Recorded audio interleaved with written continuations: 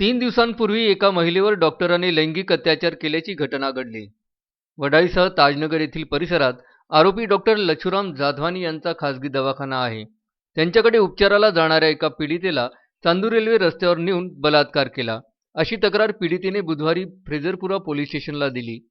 या घटनेत आरोपी डॉक्टर लछुराम जाधवानी यांच्याविरुद्ध भारतीय दंडविधान कलम 376 अन्वये गुन्हा दाखल केला. घटनेचा तपास करीत असताना आरोपी डॉक्टर लछुराम जाधवानी यांना गुरुवारी ताब्यात घेण्यात आले.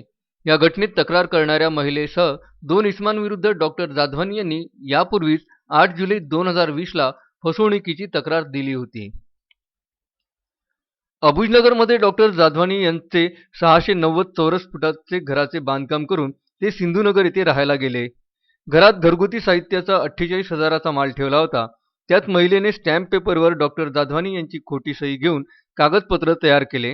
ते घर तिने आरोपी सय्यद इस्माईल सय्यद बाबा याला विकले. सय्यद इस्माईलने ते घर शोएब अहमदला विकले. तिघांनी संगनमत करून घराचे कुलूप तोडून जाधवानी यांच्या घरात प्रवेश केला, अशी तक्रार जाधवानी यांनी नागपुरी गेट पोलीस स्टेशन येथे दिली होती.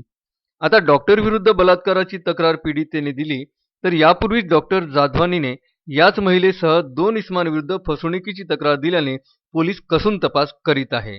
अजय शृंगारे, विदर्भ न्यूज, अमरावती.